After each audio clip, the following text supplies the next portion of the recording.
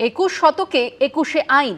রাজস্থানের ঝালরের 15টি গ্রামে মেয়েদের জন্য নিষিদ্ধ হচ্ছে ক্যামেরাযুক্ত মোবাইল ফোন।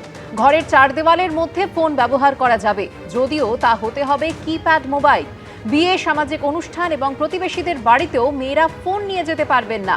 आगामी प्रजातंत्र दिवस থেকে ফতোয়া কার্যকর, জানিয়েছে এলাকার अध्यक्षता श्री सुजानाराम जी गजीपुरा वालों की अध्यक्षता में रखी गई, जिसमें निम्न बिंदुओं पर चर्चा हुई। श्री देवाराम जी कार्लो वालों ने प्रस्ताव रखा कि समाज में बहू व बेटियों के पास कैमरा वाला मोबाइल नहीं रहेगा।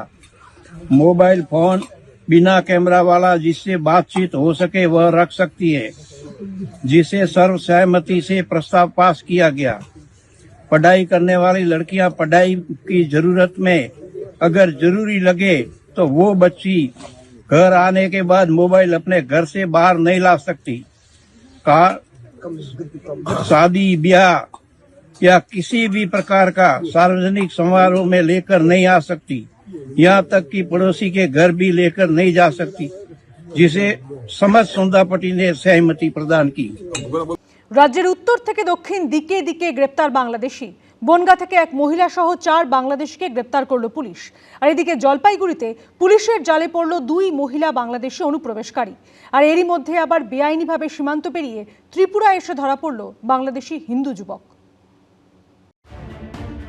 এ রাজ্যে এসআইআর পর্বের মধ্যেই ধরা পড়ছে ভারতে অনুপ্রবেশকারী বাংলাদেশিরা।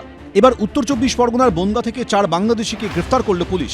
এদের মধ্যে 3 জন যুবক বাংলাদেশের জিয়ানগরের খেজুরতলার বাসিন্দা, ধৃত মহিলা বাংলাদেশের গাইবান্ধার বাসিন্দা। তাদেরকে জিজ্ঞাসাবাদ করে পুলিশ জানতে পারে অবৈধভাবে পশ্চিমবঙ্গ সীমান্ত দিয়ে ভারতে ঢুকেছিল 3 যুবক। কাজ করত ভিন রাজ্যে। চোরাপথে বাংলাদেশ যাওয়ার জন্য বনগাঁ রেলবাজার এলাকায় এসেছিল তারা। অন্যদিকে বনগাঁ থানার পাটশিমুলিয়া এলাকা থেকে গ্রেফতার করা হয় বাংলাদেশি মহিলাকে। কিভাবে আসলেন তার মাধ্যমে কার সাথে কত টাকা লেগেছে?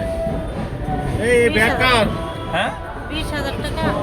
উত্তরবঙ্গের জলপাইগুড়িতেও 2 মহিলা বাংলাদেশি অনুপ্রবেশকারীকে গ্রেফতার করল পুলিশ। কখন আসছেন? কালকে রাত 2টায়। আর এইখানে কখন আসলেন? এখানে এসে পৌঁছাইছি 2টায়। রাত 2টায়? তার মানে আজকে সারাদিন এখানেই ছিলেন?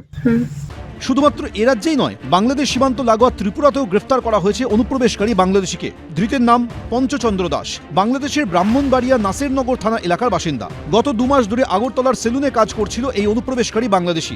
বাংলাদেশে অশান্তির আবহে ত্রিপুরার খোয়াই দিয়ে অবৈধভাবে ভারতে ঢোকেন বছর 35-এর এই যুবক।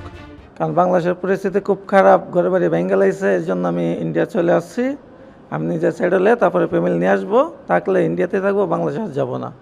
একদিকে অনুপ্রবেশকারী ইস্যুতে রোদ চড়ছে বাগবিতণ্ডার পারদ, অন্যদিকে দিকে দিকে গ্রেফতার হচ্ছে বাংলাদেশি অনুপ্রবেশকারীরা। সমীরণ পাল, রাজা চট্টোপাধ্যায়, প্রসেনজিৎ সাহা, এবিপি আনন্দ। সোমবার ঘোষণা, মঙ্গলবার বাতিল। বালিগঞ্জের প্রার্থী হিসাবে নিশা চট্টোপাধ্যায়ের নাম বাতিল করলেন হুমায়ুন কবির।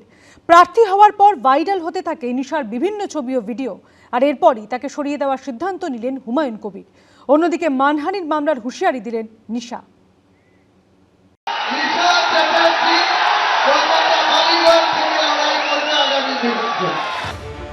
মাত্র 24 ঘন্টা পেরোলো, তার মধ্যেই ডিগবাজি।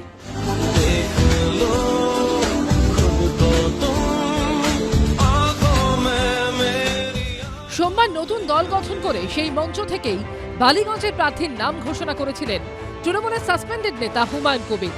মঙ্গলবারই সেই প্রার্থীর নাম বাতিল করলেন ভরতপুরের বিধায়ক।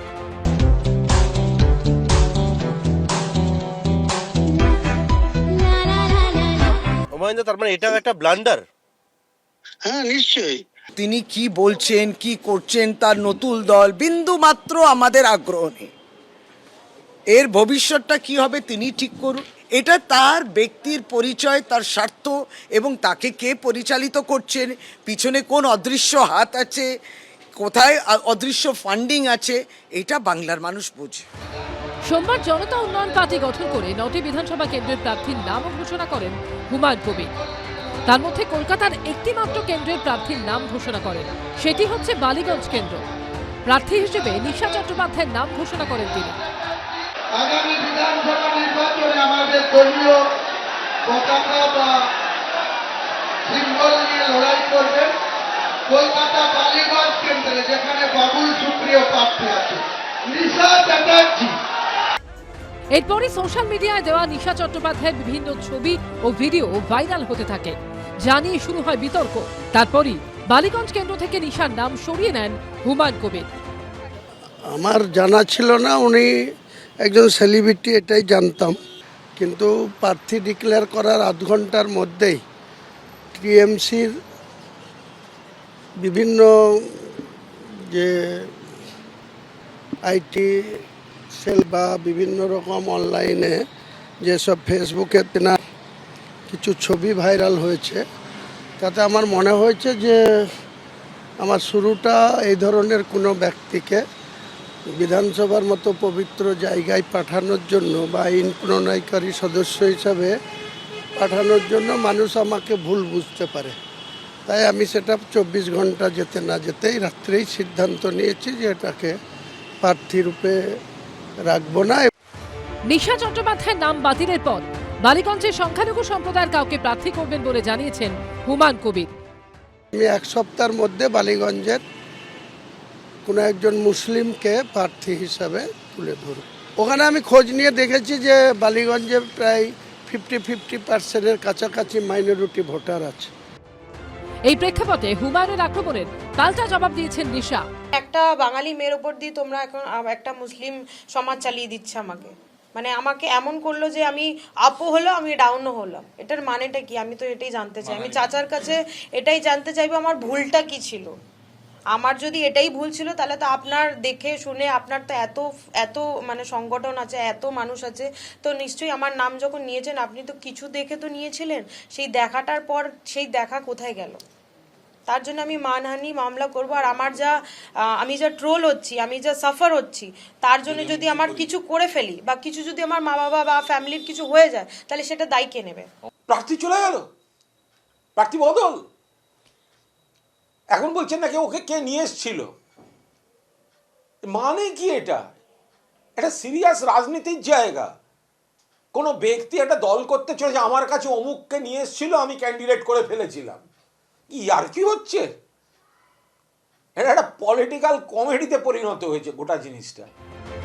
প্রস্তাবিত বাবরি মসজিদের শিলান্যাসের দিন সৌদি আরব থেকে ধর্মগুরু আসার কথা থাকলেও সেরকম কেউ আসেননি। এমনকি হুমায়ুন কবিরের নিরাপত্তারক্ষীদের হায়দ্রাবাদ থেকে আসার কথা থাকলেও পাঠানো হয়েছিল স্থানীয় নিরাপত্তারক্ষী। এবার নতুন দলের যাত্রার শুরুতে প্রার্থী নিয়েও ধাক্কা খেলেন ভরতপুরের বিধায়ক। পার্থপ্রতিম ঘোষ, ময়ূর ঠাকুর চক্রবর্তী ও দীপক ঘোষের রিপোর্ট, এবিপি আনন্দ। এবিপি আনন্দ, এগিয়ে থাকে, এগিয়ে রাখে।